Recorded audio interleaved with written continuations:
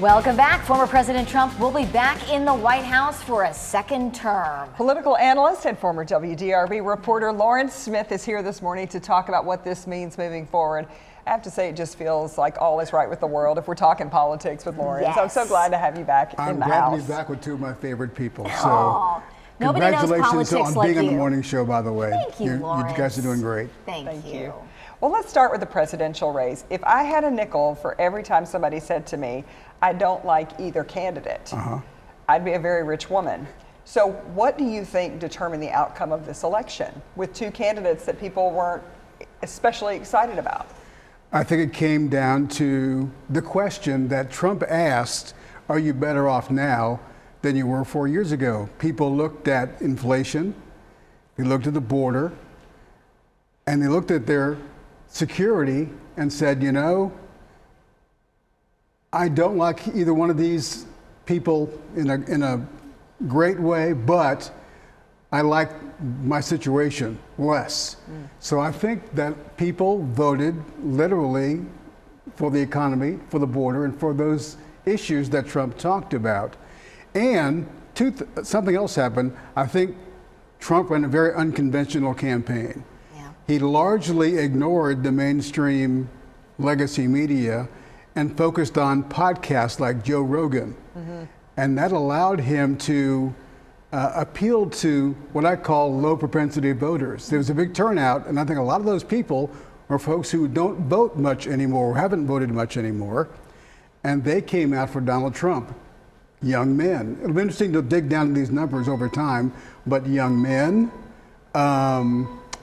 African-American men seem to go for Trump, and areas that normally Republicans wouldn't do very well, he somehow managed to get enough new support to put him over the top. Second thing was, I don't think the vice president ran a very good campaign. She largely avoided issues, tried to run a vibe campaign, and that ultimately was not enough to really bring her over the top. It'll be interesting to see going forward how Democrats run these campaigns, because except for abortion, she didn't run a campaign in which she focused on issues. She focused on her background. She focused on the fact that I'm not Donald Trump. So those are two messages. I'm not Donald Trump, and I'm going to support abortion. That was not enough to put her over the top. Lawrence, what kind of conversations do you think are happening in the Democrat Party today? Are they going to have to maybe shift more to the center? And these polls, we have to talk about the polls because, you know, for the third election cycle, they've been dead wrong. Yeah, that's a good question.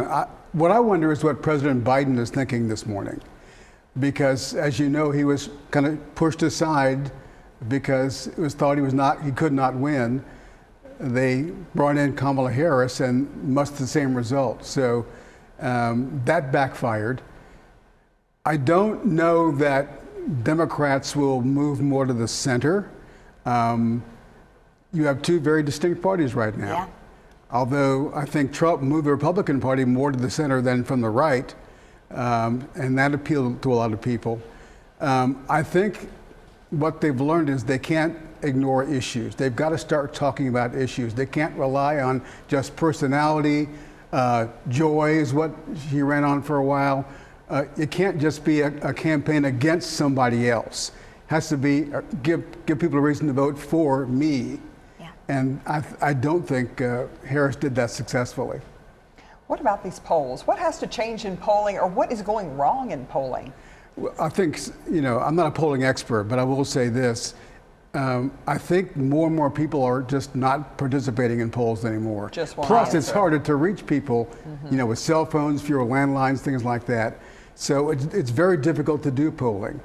So the polls did predict a tight race, and it turned out not to be a tight race. I look at some of these polls that talk about national polls.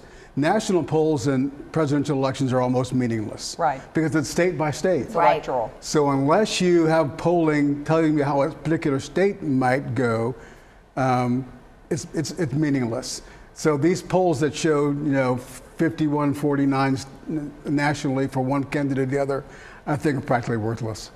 We're so glad to have you here this morning because you covered the State House for a long time here in Kentucky, and big thing on the ballot last night was Amendment 2 and school choice. So we can't wait to get your thoughts in about 30 minutes about where things go now with that school choice voucher debate.